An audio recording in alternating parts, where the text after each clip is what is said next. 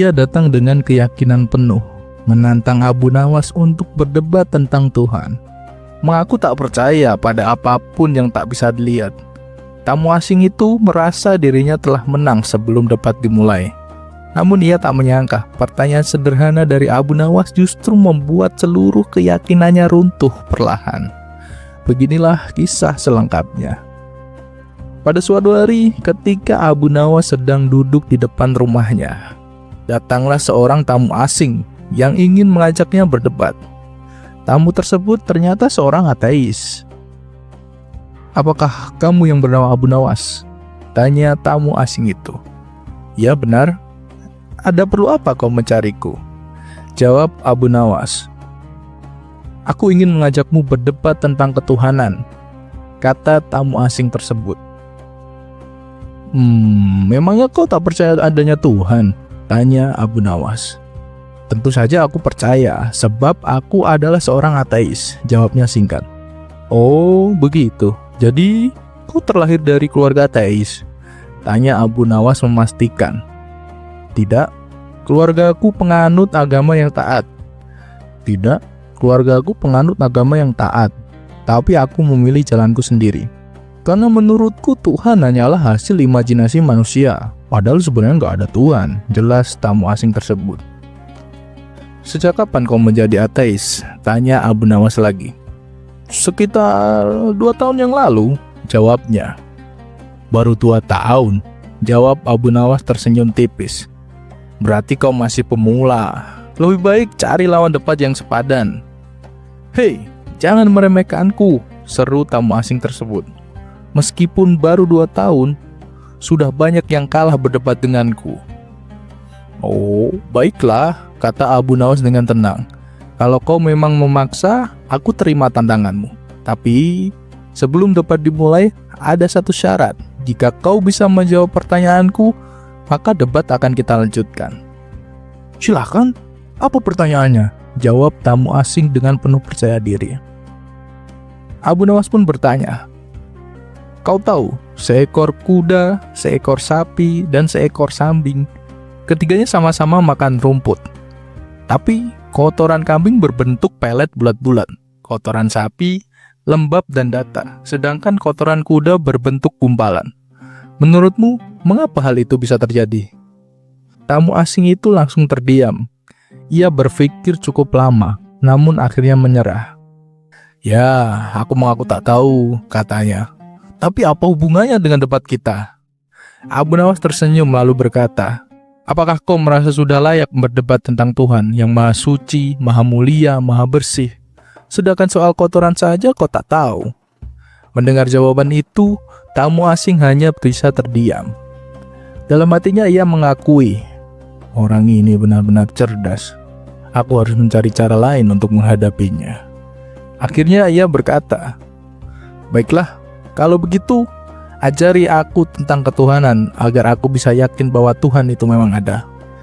Abu Nawas pun mulai menjelaskan, "Apa kau percaya jika ada perahu yang tiba-tiba terbentuk tanpa ada yang membuatnya?" "Oh, itu tidak mungkin," jawab tamu asing. "Lalu, apa kau percaya jika ada sebuah rumah yang tiba-tiba terbentuk tanpa ada yang membuatnya?" "Itu juga mustahil," jawabnya lagi. "Begitu pula dengan alam semesta," jelas Abu Nawas. "Tidak mungkin ia ada dengan sendirinya, tanpa ada yang menciptakan. Dan siapa lagi jika bukan Tuhan yang Maha Segalanya?"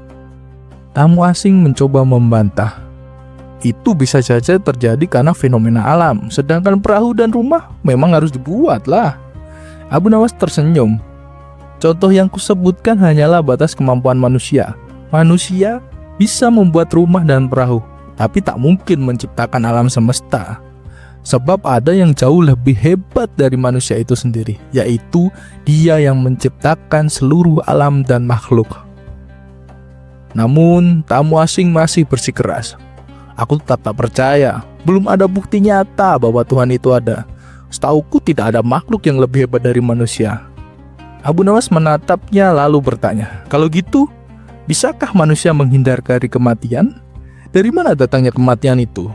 Mungkin manusia bisa memperbaiki rumah yang roboh. mungkin bisa menambal perahu yang bocor. Itu batas kemampuan manusia. Tapi apakah manusia bisa memastikan dirinya tidak mati? Tentu tidak, karena manusia tidak berkuasa atas dirinya sendiri. Abu Nawas berkata lagi, manusia pasti menua lalu mati, seperti rumah dan perahu. Sekuat apapun, suatu saat pasti akan rusak. Begitu pula manusia, jasadnya akan hancur dan hanya menyisakan tulang belulang. Semua itu adalah bukti adanya Tuhan yang Maha mengatur kehidupan dan kematian. Mendengar penjelasan itu, tamu asing terdiam lama, hatinya terguncang. Perlahan, ia mulai meninggalkan keyakinannya sebagai seorang ateis.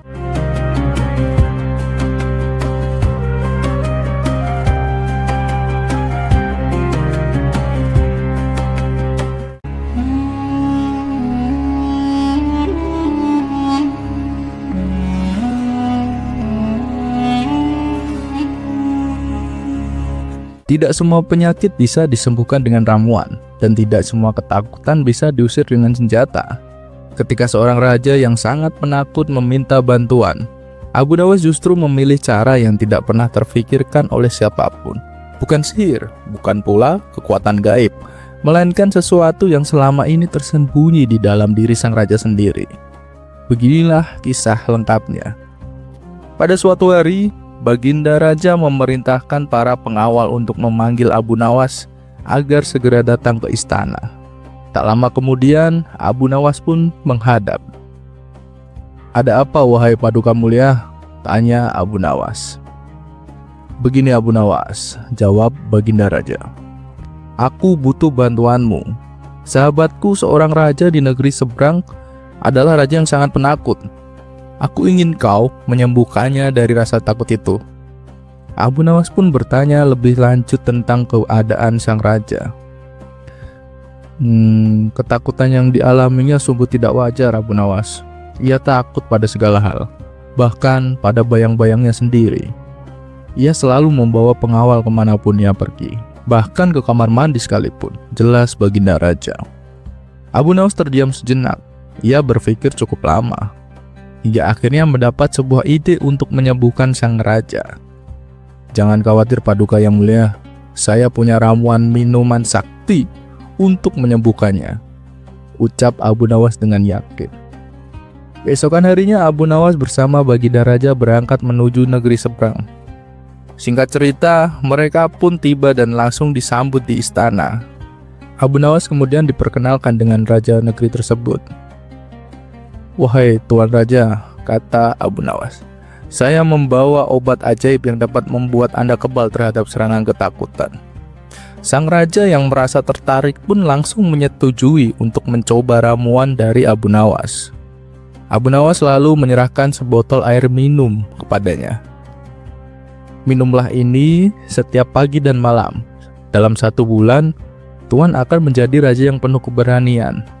Dengan meminum ini, akan hadir kodam yang senantiasa menjaga dan melindungi Tuan," jelas Abu Nawas.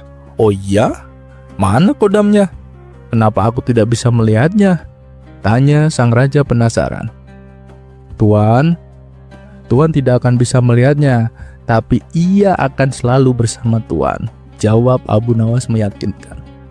Sebulan kemudian, Abu Nawas kembali mengunjungi sang raja. "Bagaimana perasaan Tuan sekarang?" tanya Abu Nawas. Raja itu tersenyum bangga. "Sekarang saya tidak takut lagi pada apapun, bahkan berani berjalan sendirian di malam hari," ujarnya dengan percaya diri. "Wah, itu hebat sekali," kata Abu Nawas.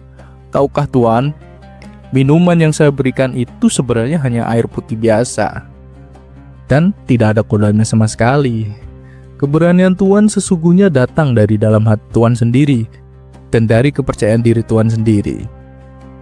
Mendengar itu, sang raja terdiam, lalu ia mengangguk pelan. Ia baru menyadari bahwa keberanian sejati tidak dapat dibeli dan tidak dapat diminum, melainkan tumbuh dari keyakinan dari dalam diri sendiri. Sejak saat itu, ia pun mulai belajar mengatasi rasa takutnya tanpa bergantung pada ramuan ajaib apapun.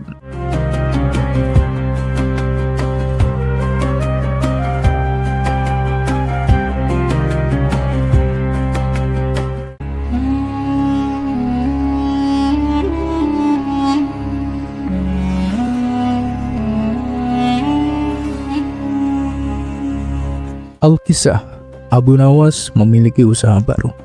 Ia membuat berbagai macam perlengkapan dapur seperti wajan, periuk, dan sejenisnya.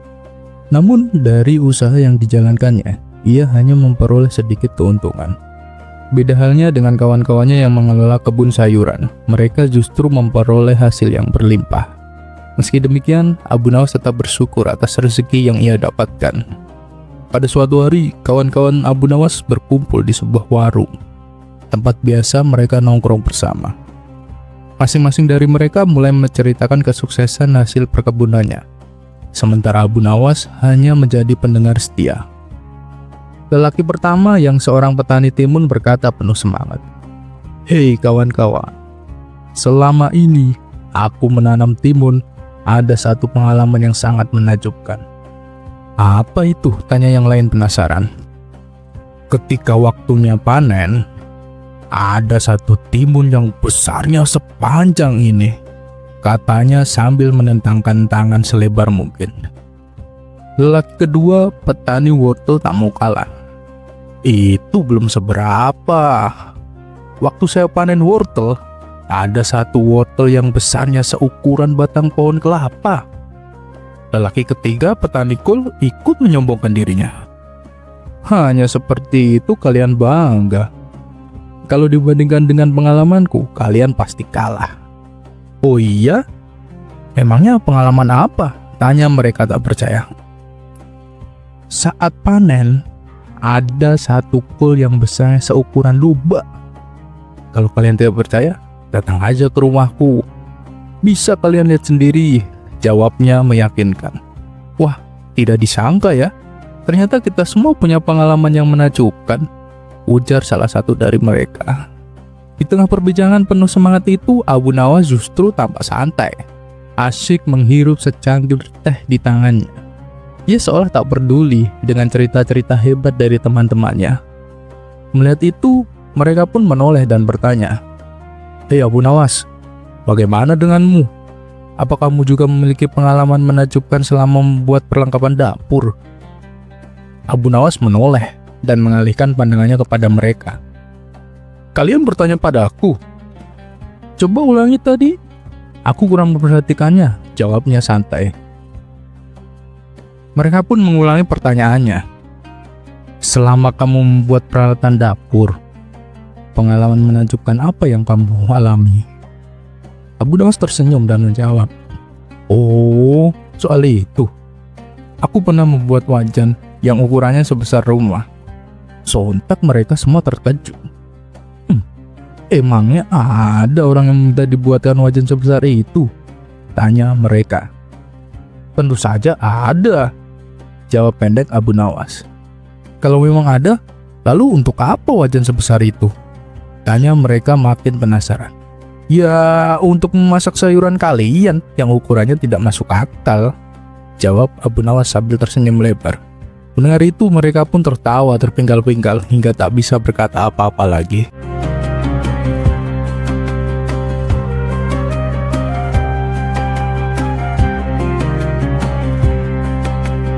Cerita selanjutnya.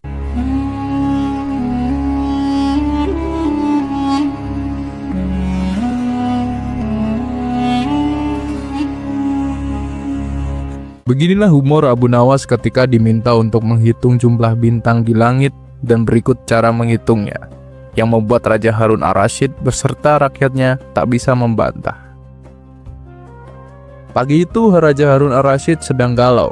Ia berjalan mondar-mandir ke kamar pribadinya. Sambil asik merenung, terlintas sebuah pertanyaan di benaknya.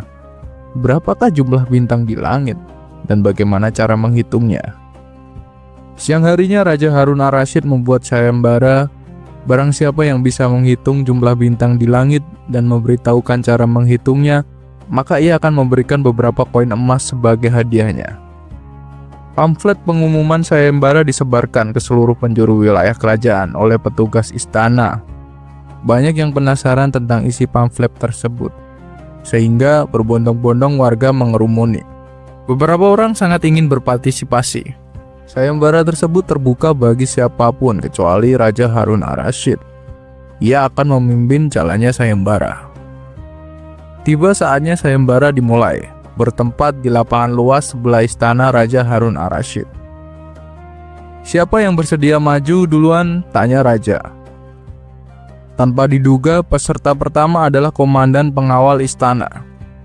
Ia berjalan menuju arah Raja dengan langkah tegap dan santai. "Berapa jumlah bintang di langit, wahai komandan pengawal istana?" tanya Raja.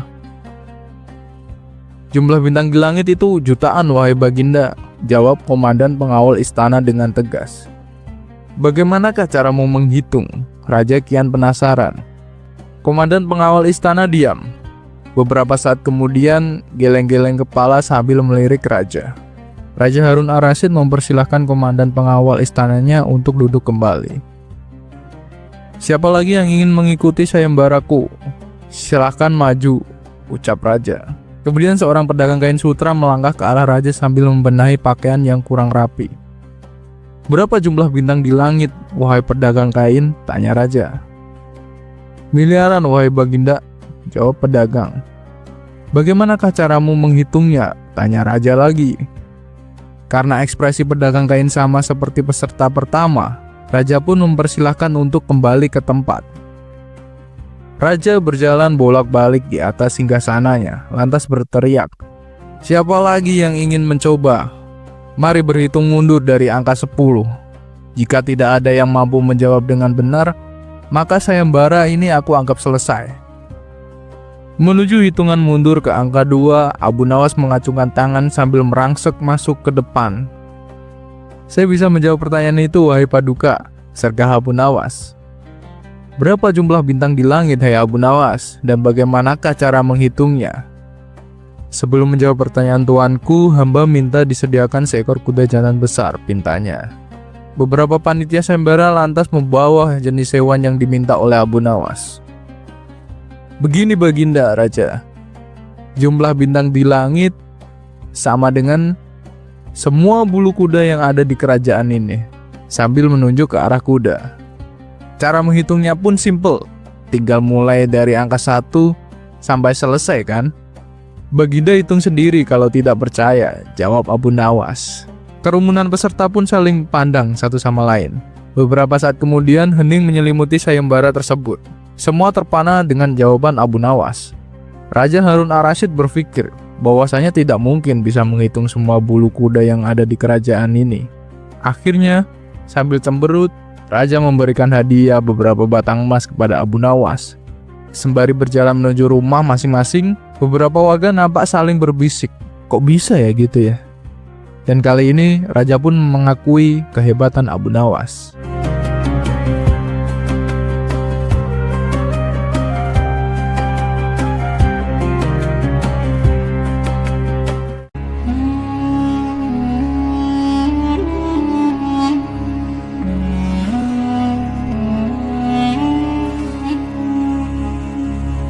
Suatu ketika, Baginda Raja kedatangan 3 orang tamu dari desa. Ketiga orang ini adalah Ahmad, Zulfikar, dan Wahab. Mereka sedang mengalami permasalahan yang cukup rumit, dan karena itulah mereka datang untuk meminta solusi kepada Baginda Raja. "Apa permasalahan yang membuat kalian bingung?" tanya Baginda Raja. Salah satu dari mereka, Ahmad, menjawab, "Paduka yang mulia, saya mempunyai 3 ekor kambing betina, dan teman saya, Zulfikar, mempunyai 1 ekor kambing jantan. Kami berdua sepakat menitipkan semua kambing itu kepada Wahab untuk dikembangbiakkan. Tapi, kami juga sudah membuat kesepakatan bahwa jika kambing-kambing itu beranak, maka keuntungannya akan dibagi 3. Adapun pembagiannya adalah sebagai berikut. Saya mendapat separuh dari kambing yang ada. Zulfikar mendapat 1/3 dan Wahab mendapat 1/8, jelas Ahmad. "Lalu, apakah kambing itu sudah beranak pinak?" tanya Baginda Raja. "Sudah Baginda," jawab Ahmad. "Tapi sekarang jumlah kambingnya ada 23. Nah, dengan jumlah tersebut, kami bingung bagaimana cara membaginya sesuai kesepakatan." Mendengar keluhan itu, Baginda Raja terdiam dan mulai berpikir. Membagi 23 ekor kambing sesuai perjanjian itu bukanlah hal mudah. Jika Ahmad mendapat setengah, berarti ia mendapat 11,5 ekor. Zulfikar yang mendapat sepertiga, berarti memperoleh 7/2/3 ekor. Dan Wahab yang mendapat 1/8, berarti hanya mendapat 2/7/8 ekor. Tentu tidak mungkin membagi kambing dengan cara dipotong-potong begitu. Justru akan semakin rumit, pikir Baginda Raja. Para pejabat dan menteri yang hadir pun tak sanggup memecahkan masalah itu. Melihat keadaan tersebut, Baginda Raja akhirnya memutuskan untuk memanggil Abu Nawas. Mungkin Abu Nawas bisa mengatasi masalah ini, gumam Baginda Raja dalam hati. Lalu Baginda menyuruh prajurit untuk memanggil Abu Nawas ke istana. Tak lama kemudian datanglah Abu Nawas menghadap. Ampun Paduka yang mulia. Ada gerangan apa hamba dipanggil? Tanya Abu Nawas. Baginda Raja pun menjelaskan permasalahan yang sedang dihadapi oleh Ahmad, Zulfikar, dan Wahab. Oh, kalau begitu sih gampang Paduka, jawab Abu Nawas santai. Insya Allah saya bisa menyelesaikannya dengan adil. Tapi saya minta tolong, kambing-kambingnya dibawa masuk dulu ke dalam istana. Lanjutnya, akhirnya ke-23 ekor kambing itu dituntun masuk. Setelah menghitung ulang dan memastikan jumlahnya benar, Abu Nawas berkata, Paduka yang mulia, izinkan saya meminjam 1 ekor kambing milik Baginda. Baginda pun meminjamkan seekor kambing, sehingga jumlahnya menjadi 24 ekor. Sekarang jumlahnya 24. Pak Ahmad, karena Anda mendapat setengah bagian, silahkan ambil 12 ekor kambing, ujar Abu Nawas. Ahmad pun mengambil 12 ekor. Zulfikar, Anda mendapat sepertiga, jadi silakan ambil 8 ekor. Lanjut Abu Nawas. Zulfikar pun mengambil bagiannya. Dan Pak Wahab, karena Anda mendapat 1/8, silakan ambil 3 ekor kambing, kata Abu Nawas. Wahab juga mengambil bagiannya. Nah, sekarang tinggal 1 ekor. Karena kambing itu saya pinjam dari Baginda Raja, maka saya kembalikan ke Baginda, jelas Abu Nawas. Dengan demikian, semuanya mendapat hak sesuai kesepakatan tanpa harus memotong-motong kambing. Ketiga orang itu pun merasa puas dengan solusi yang diberikan Abu Nawas. Maka mereka berterima kasih dan kembali ke rumah masing-masing. Baginda Raja juga berterima kasih kepada Abu Nawas dan memberikan hadiah karena telah membantu menyelesaikan persoalan rakyatnya.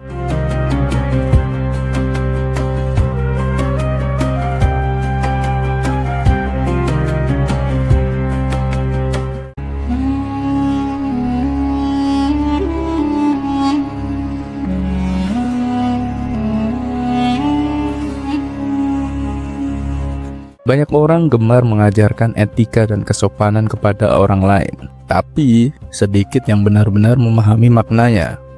Pada suatu hari, seorang petapa suci datang dengan niat mulia. Ia ingin menyadarkan Abu Nawas yang dianggapnya tak beretika. Namun ia tak menyangka, pertemuan singkat itu justru akan berakhir dengan pelajaran yang menohok. Bukan untuk Abu Nawas, melainkan untuk dirinya sendiri. Pada suatu hari, datanglah seorang petapa suci yang merasa terpanggil untuk menyadarkan Abu Nawas. Menurutnya, tingkah laku Abu Nawas selama ini tidak mencerminkan manusia yang memiliki etika, moral, dan kesopanan. Ia ingin menunjukkan bahwa ajaran keyakinannya selalu mengedepankan cinta, kasih, dan sikap saling memuliakan sesama. Tujuan utamanya tak lain agar Abu Nawas tertarik dan mengikuti keyakinannya. Maka berangkatlah sang pertapa ke rumah Abu Nawas. Sesampainya di sana, ia langsung mengetuk pintu. Ketika Abu Nawas membukanya, ia terkejut melihat seorang pertapa datang berkunjung. Namun dengan ramah, ia tetap mempersilahkan tamunya masuk. Ada keperluan apa Tuan datang jauh-jauh ke rumah saya? Tanya Abu Nawas dengan sopan. Dengan terus terang, sang petapa menjawab, Aku datang untuk mengajarkan kepadamu tentang etika, norma, dan kesopanan dalam bermasyarakat. Dalam agamaku, cinta, kasih, dan memuliakan sesama adalah sebuah kewajiban.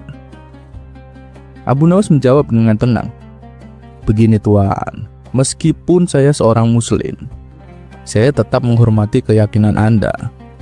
Dan Anda sebagai tamu, Anda tetap saya muliakan. Namun, selama perbincangan berlangsung, sang pertapa tak henti-hentinya mencoba mendoktrin Abu Nawas agar mengikuti ajarannya. Melihat gelagat itu, Abu Nawas pun memutuskan untuk sedikit mengerjainya. Tentu saja dengan cara konyol, khas Abu Nawas.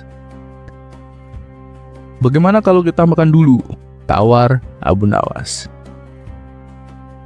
"Oh, itu bagus, saya juga sudah lapar," jawab sang petapa. Abu Nawas kemudian membawa 2 piring kosong dan 1 nampan berisi 2 potong daging, 1 kecil dan 1 besar. Ia menyerahkan 1 piring kosong kepada sang pertapa dan 1 lagi untuk dirinya sendiri. Setelah itu Abu Nawas mengambil potongan daging kecil dan meletakkannya di piring sang pertapa. Sementara potongan daging besar ia ambil untuk dirinya sendiri. Sang petapa langsung menegur, "Wahai Abu Nawas, itu tidak sopan. Itu tidak beretika. Seorang tamu harusnya diberi yang lebih baik." "Berarti caraku salah?" tanya Abu Nawas berpura-pura polos. "Iya Abu Nawas, itulah tujuanku datang kemari, mengajarkanmu bagaimana cara benar dan menghormati tamu," jawab sang pertapa. "Oh, begitu ya," balas Abu Nawas sambil mengembalikan 2 potong daging ke dalam nampan. "Kalau begitu, boleh aku bertanya? Jika kau jadi aku, apa yang kau lakukan?" "Aku akan mengambil daging yang besar untukmu Abu Nawas," jawab sang pertapa yakin. Abu Nawas pun mengambil daging besar dan menaruhnya di piringnya sendiri. "Lalu, aku akan mengambil daging yang kecil untuk diriku sendiri," lanjut sang pertapa. Abu Nawas pun mengambil daging kecil dan meletakkannya di piring sang pertapa. "Ini, silahkan dimakan," ucap Abu Nawas sambil tersenyum. Sementara sang pertapa hanya mendapatkan daging kecil, Abu Nawas menikmati daging besar di hadapannya. Setelah ia selesai makan, Abu Nawas berkata, "Bukankah hasil akhirnya sama saja dengan yang aku lakukan di awal tadi?" Sang pertapa pun terdiam. Tak lama kemudian, Abu Nawas kembali bertanya, "Tuan, apakah Anda tahu bagaimana tata cara makan yang baik?" "Oh, itu mudah. Pertama, saya akan memanjatkan syukur atas rezeki yang saya terima. Setelah itu, saya makan perlahan dan mengunyah dengan mulut tertutup," jawab sang pertapa dengan yakin. "Itu salah," sahut Abu Nawas tegas. "Kenapa salah? Itu sesuai etika dan norma dalam menghormati makanan," bantah sang pertapa. "Yang kamu lakukan itu hanya adab di permukaan," jelas Abu Nawas. "Yang lebih baik dan penting adalah memastikan makanan itu berasal dari jalan yang halal. Bila seorang memakan makanan yang haram, meskipun dengan 1000 adab, tidak ada manfaatnya. Bahkan, makanan haram akan mengotori hati dan membuatnya menjadi hitam." Mendengar penjelasan itu, sang pertapa suci pun terdiam. Ia sadar justru dirinya yang sedang dipermainkan dan diajari. Akhirnya ia pun pamit pulang, meninggalkan rumah Abu Nawas dengan langkah kikuk dan hati penuh pertanyaan.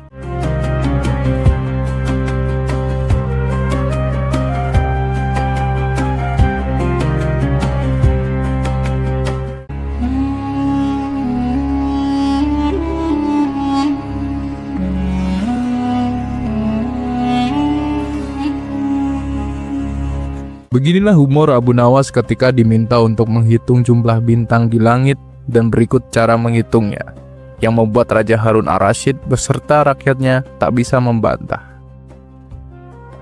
Pagi itu Raja Harun Ar-Rasyid sedang galau. Ia berjalan mondar-mandir ke kamar pribadinya. Sambil asik merenung, terlintas sebuah pertanyaan di benaknya. Berapakah jumlah bintang di langit dan bagaimana cara menghitungnya? Siang harinya Raja Harun Ar-Rasyid membuat sayembara. Barang siapa yang bisa menghitung jumlah bintang di langit dan memberitahukan cara menghitungnya, maka ia akan memberikan beberapa koin emas sebagai hadiahnya. Pamflet pengumuman sayembara disebarkan ke seluruh penjuru wilayah kerajaan oleh petugas istana. Banyak yang penasaran tentang isi pamflet tersebut, sehingga berbondong-bondong warga mengerumuni. Beberapa orang sangat ingin berpartisipasi. Sayembara tersebut terbuka bagi siapapun kecuali Raja Harun ar-Rasyid. Ia akan memimpin jalannya sayembara. Tiba saatnya sayembara dimulai, bertempat di lapangan luas sebelah istana Raja Harun ar-Rasyid. Siapa yang bersedia maju duluan? Tanya Raja. Tanpa diduga, peserta pertama adalah komandan pengawal istana. Ia berjalan menuju arah Raja dengan langkah tegap dan santai. Berapa jumlah bintang di langit, wahai komandan pengawal istana? Tanya Raja. Jumlah bintang di langit itu jutaan, wahai Baginda, jawab komandan pengawal istana dengan tegas. Bagaimanakah caramu menghitung? Raja kian penasaran. Komandan pengawal istana diam. Beberapa saat kemudian, geleng-geleng kepala sambil melirik Raja. Raja Harun ar-Rasyid mempersilahkan komandan pengawal istananya untuk duduk kembali. Siapa lagi yang ingin mengikuti sayembaraku? Silahkan maju, ucap Raja. Kemudian seorang pedagang kain sutra melangkah ke arah Raja sambil membenahi pakaian yang kurang rapi. Berapa jumlah bintang di langit, wahai pedagang kain? Tanya Raja. Miliaran, wahai Baginda, jawab pedagang. Bagaimanakah caramu menghitungnya? Tanya Raja lagi. Karena ekspresi pedagang kain sama seperti peserta pertama, Raja pun mempersilahkan untuk kembali ke tempat. Raja berjalan bolak-balik di atas singgasananya, lantas berteriak, "Siapa lagi yang ingin mencoba? Mari berhitung mundur dari angka 10. Jika tidak ada yang mampu menjawab dengan benar, maka sayembara ini aku anggap selesai." Menuju hitungan mundur ke angka 2, Abu Nawas mengacungkan tangan sambil merangsek masuk ke depan. Saya bisa menjawab pertanyaan itu, wahai Paduka, sergah Abu Nawas. Berapa jumlah bintang di langit, hai Abu Nawas, dan bagaimanakah cara menghitungnya? Sebelum menjawab pertanyaan tuanku, hamba minta disediakan seekor kuda jantan besar, pintanya. Beberapa panitia sayembara lantas membawa jenis hewan yang diminta oleh Abu Nawas. Begini Baginda, Raja. Jumlah bintang di langit sama dengan semua bulu kuda yang ada di kerajaan ini, sambil menunjuk ke arah kuda. Cara menghitungnya pun simple, tinggal mulai dari angka 1 sampai selesai kan? Baginda hitung sendiri kalau tidak percaya, jawab Abu Nawas. Kerumunan peserta pun saling pandang satu sama lain. Beberapa saat kemudian hening menyelimuti sayembara tersebut. Semua terpana dengan jawaban Abu Nawas. Raja Harun ar-Rasyid berpikir bahwasanya tidak mungkin bisa menghitung semua bulu kuda yang ada di kerajaan ini. Akhirnya, sambil cemberut, Raja memberikan hadiah beberapa batang emas kepada Abu Nawas. Sembari berjalan menuju rumah masing-masing, beberapa warga nampak saling berbisik, kok bisa ya gitu ya? Dan kali ini, Raja pun mengakui kehebatan Abu Nawas.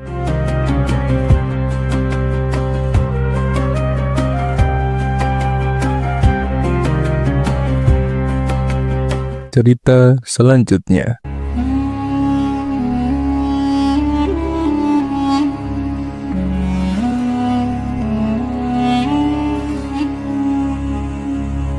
Suatu hari, hakim pengadilan bingung dengan dua orang ibu yang berebut seorang bayi. Kedua ibu tersebut sama-sama memiliki bukti yang kuat sebagai ibu kandung bayi tersebut, membuat hakim tidak bisa menentukan siapa yang sebenarnya berhak menjadi ibu kandung. Dengan kebimbangan itu, hakim memutuskan untuk meminta bantuan Raja Harun ar-Rasyid untuk menyelesaikan kasus ini.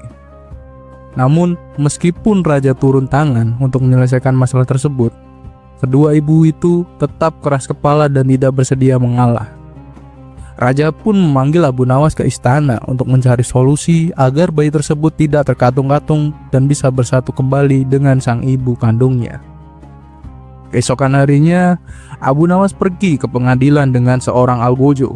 Dia menyuruh meletakkan bayi tersebut di atas sebuah meja. Sebelum menjawab pertanyaan saya akan bertanya sekali lagi. Adakah di antara kalian berdua yang bersedia menyerahkan bayi ini kepada ibunya yang asli? Tanya Abu Nawas kepada kedua ibu tersebut. Bayi ini adalah anakku, jawab keduanya hampir bersamaan. Baiklah. Karena kalian berdua sama-sama menginginkan bayi ini, dengan terpaksa saya akan membelah bayi ini menjadi dua, jawab Abu Nawas. Mendengar jawaban itu, Ibu pertama dengan cepat setuju dengan usulan tersebut. Namun, ibu kedua menangis histeris dan memohon agar Abu Nawas tidak melaksanakan ancamannya. "Tolong, jangan belah bayi itu, serahkan saja kepada wanita itu. Aku rela asalkan dia tetap hidup," isaknya. Setelah mendengar jawaban itu, Abu Nawas dapat menyimpulkan siapa ibu kandung sebenarnya dari bayi itu. Lalu dia menyerahkan bayi tersebut kepada ibu kandungnya, yaitu ibu yang kedua. Setelah itu, Abu Nawas meminta agar pengadilan menghukum ibu yang pertama sesuai dengan kejahatannya. Hal ini dikarenakan tidak ada seorang ibu yang tega melihat anaknya dibunuh, apalagi di hadapannya sendiri. Akhirnya masalah pun terselesaikan, dan si bayi akhirnya dapat bersatu kembali dengan ibu kandungnya.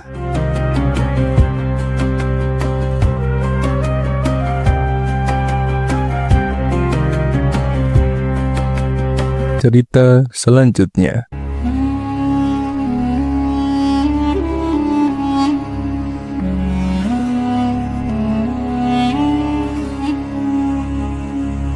Suatu hari Abu Nawas membuat kehebohan di kota Baghdad. Dia keluar dari rumahnya di siang hari sambil membawa lampu minyak dan berjalan ke setiap sudut kota sambil celingak-celinguk kanan kiri. Tingkah lakunya ini membuat warga kota bingung. Bagaimana mungkin orang sejelas Abu Nawas berjalan di siang hari sambil membawa lampu? Beberapa orang mulai membicarakannya, menganggap Abu Nawas mulai gila. Mereka berkata, Abu Nawas pasti sudah kehilangan akalnya, dan Raja Harun ar-Rasyid pasti malu memiliki staf yang gila seperti Abu Nawas. Namun, Abu Nawas tidak peduli dengan semua omongan orang itu. Keesokan harinya, dia keluar lagi, bahkan lebih pagi, dengan lampu minyak masih setia di tangannya. Dia tetap berjalan sambil memperlihatkan tingkah yang sama. Pada hari ketiga, beberapa orang mulai merasa tidak sabar dengan tingkah Abu Nawas. Undang-undang Baghdad melarang orang gila berkeliaran karena dianggap berbahaya. Maka Abu Nawas ditangkap dan dibawa ke istana. Beberapa musuh politik Raja Harun ar-Rasyid bahkan merasa senang dengan kejadian ini, karena mereka bisa menggunakan kegilaan Abu Nawas untuk merusak reputasi raja. Raja Harun ar-Rasyid sendiri merasa malu. Dia memanggil Abu Nawas dan bertanya dengan nada keras, "Abu Nawas, apa yang kamu lakukan dengan membawa lampu di siang hari?" Abu Nawas menjawab dengan tenang, "Saya mencari neraka paduka yang mulia." Raja Harun ar-Rasyid merasa semakin yakin bahwa Abu Nawas sudah gila. Namun, Abu Nawas tak gentar. Dia meminta agar semua orang yang menangkapnya dikumpulkan di depan istana. Setelah berkumpul, Abu Nawas berkata, "Wahai kalian yang mengaku waras, apakah kalian tidak menganggap orang lain yang berbeda pikiran dengan kalian sebagai munafik? Dan apakah kalian tidak mengatakan bahwa mereka sesat dan akan masuk neraka?" Orang-orang itu menjawab, "Benar." Dengar itu, Abu Nawas bertanya kembali, "Jika saya munafik, sesat, dan akan masuk neraka, di manakah neraka itu? Dan siapakah yang memiliki neraka itu?" Orang-orang mulai merasa kebingungan. Mereka menyadari bahwa mereka tidak memiliki hak untuk menentukan siapa yang masuk neraka.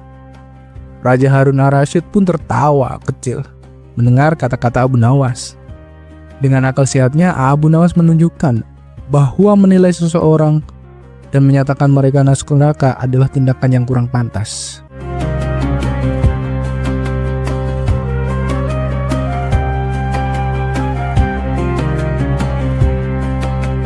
Cerita selanjutnya.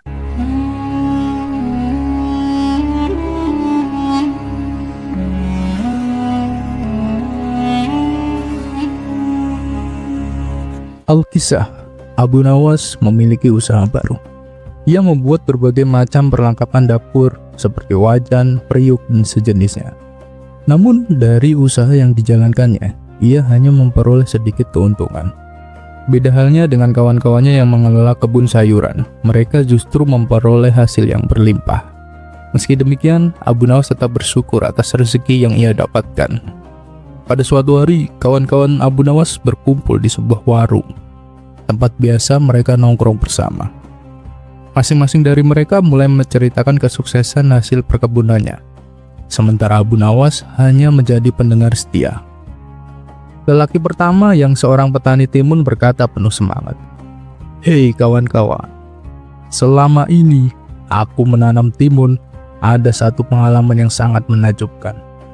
Apa itu? Tanya yang lain penasaran.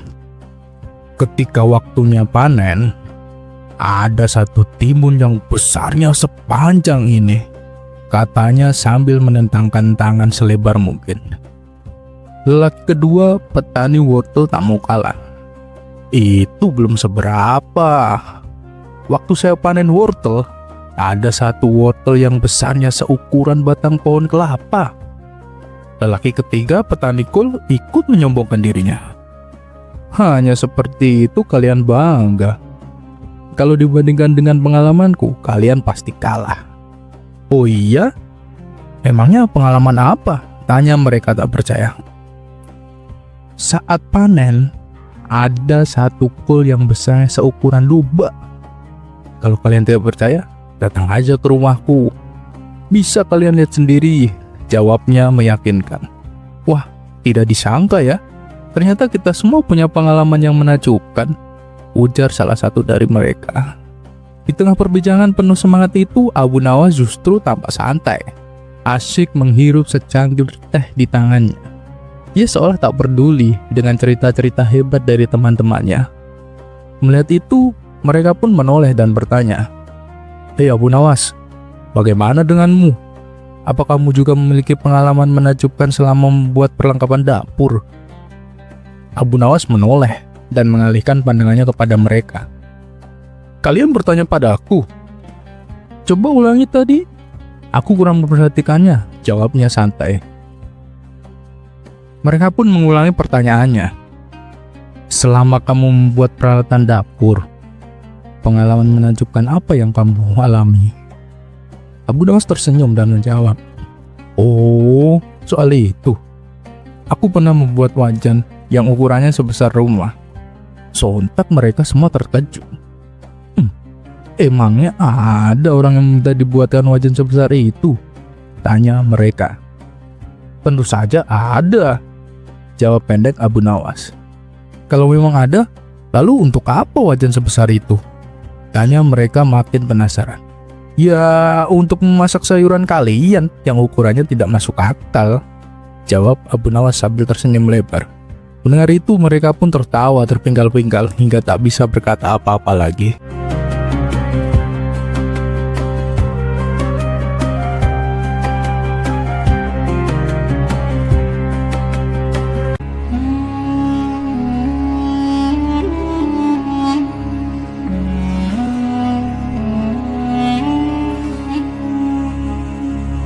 Tak semua orang bermimpi menjadi kaya atau pejabat istana. Di hadapan kemewahan dan kekuasaan, Abu Nawas justru melihat sesuatu yang sering luput dari perhatian orang-orang besar.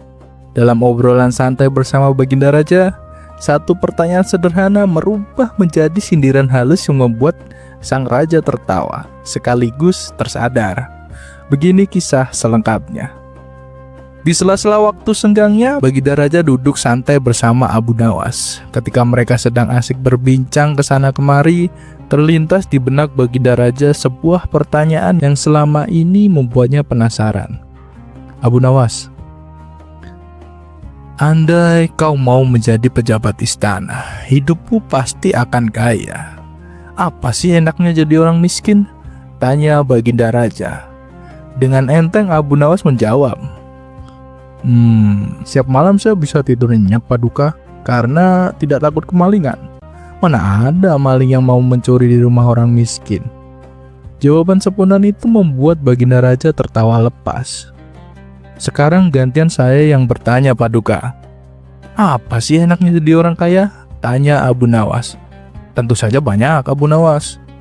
Apapun yang kau inginkan pasti bisa terbeli. Bisa menyuruh orang miskin melakukan sesuatu untuk dikerjakan, jawab Baginda Raja.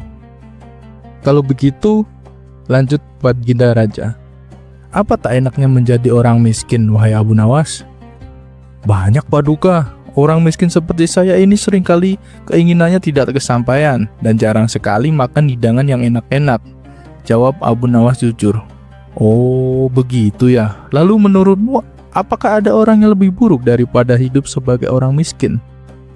Tanya Baginda Raja lagi. Tentu saja ada Paduka, jawab Abu Nawas dengan tenang. Yaitu hidup sebagai temannya orang miskin. Orang seperti itu tidak punya perasaan karena suka menyuruh seenaknya. Menyadari bahwa perkataan Abu Nawas itu menyindir dirinya, Baginda Raja justru tertawa terpingkal-pingkar. Kurang ajar kamu Abu Nawas, seloroh Baginda Raja sambil terus tertawa.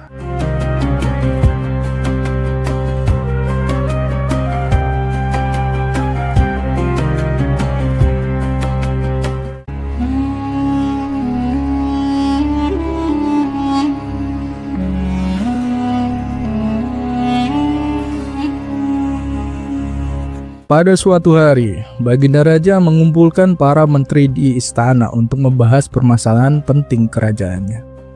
Abu Nawas yang dikenal sebagai penasihat cerdik dan jenaka juga turut diundang dalam pertemuan tersebut.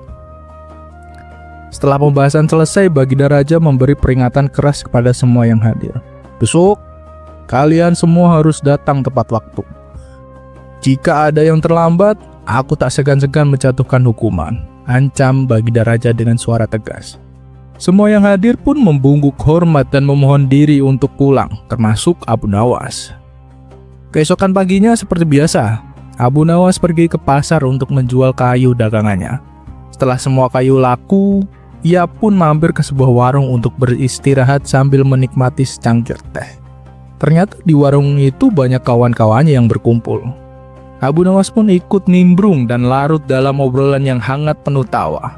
Saking asiknya berbincang, Abu Nawas sampai lupa bahwa hari itu ia punya janji penting, menghadiri rapat lanjutan bersama Baginda Raja. Menjelang siang, sang istri datang tergopoh-gopoh menghampirinya. "Wahai suamiku, barusan ada utusan istana datang mencarimu," ujar istrinya cemas. "Astagfirullah, aku lupa. Hari ini aku ada janji dengan Paduka Raja," seru Abu Nawas terkejut. Tanpa membuang waktu, ia pun langsung meninggalkan warung dan kawan-kawannya lalu berlari menuju istana sambil membatin. Wah, kali ini pasti aku kena hukuman. Sesampainya di istana ternyata benar. Baginda Raja dan para menteri sudah berkumpul. Melihat Abu Nawas yang datang terlambat, Baginda Raja langsung menegur. "Hei Abu Nawas, kenapa kamu terlambat?" Tanyanya dengan nada dingin. Dengan wajah ketakutan, Abu Nawas membungkuk dalam-dalam. "Ampun Paduka yang mulia, saya mengaku bersalah," jawab Abu Nawas penuh penyesalan palsu. "Bukankah aku sudah peringatkan? Siapapun yang datang terlambat akan dihukum," ucap Baginda Raja. Abu Nawas segera bersilat lidah.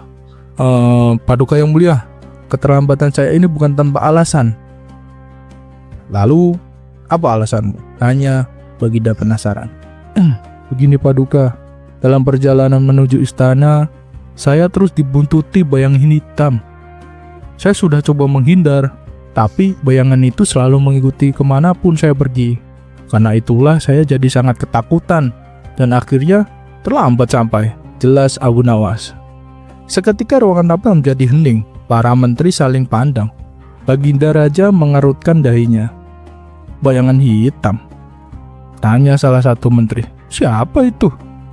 "Saya sendiri tak tahu Tuan Menteri," jawab Abu Nawas pura-pura serius. "Siang bolong seperti ini, mana mungkin ada setan?" ucap Baginda Raja setengah curiga. "Kamu jangan mengada-ngada Abu Nawas. Kalau Paduka tak percaya, saya bisa tunjukkan sekarang juga," kata Abu Nawas mantap. Karena penasaran, Baginda Raja dan para menteri ikut bersama Abu Nawas keluar ruangan menuju halaman istana. Saat matahari bersinar terik, Abu Nawas berdiri di tengah lapangan. Ia menunjuk bayangan tubuhnya sendiri yang jatuh ke tanah. Lihat Paduka, bayang hitam itu masih mengikuti saya." Lalu ia mulai berlari kecil sana kemari sambil berteriak. "Dia mengikutiku, kemanapun aku pergi, dia tak pernah berhenti membuntutiku." Melihat tingkah Abu Nawas yang seperti orang dikejar bayang-bayang secara harfiah, Baginda Raja dan para menteri tak bisa menahan tawanya. Mereka tertawa terpinggal-pinggal, hingga beberapa bahkan memegang perutnya. Ternyata, bayangan hitam yang dimaksud Abu Nawas hanyalah bayangan tubuhnya sendiri, yang muncul karena sinar matahari. Tawa yang lepas membuat suasana istana menjadi cair. Ketegangan yang tadinya menyelimuti rapat pun berubah menjadi ringan. Baginda Raja menggeleng-gelengkan kepala sambil tersenyum. "Ah, sudahlah Abu Nawas. Kau ini memang selalu punya akal ajaib. Aku ampuni keterlambatanmu," ucap Baginda Raja tertawa geli. Abu Nawas pun diizinkan untuk bergabung dalam rapat. Tanpa hukuman sedikit pun. Bahkan ia malah berhasil menghibur seluruh istana.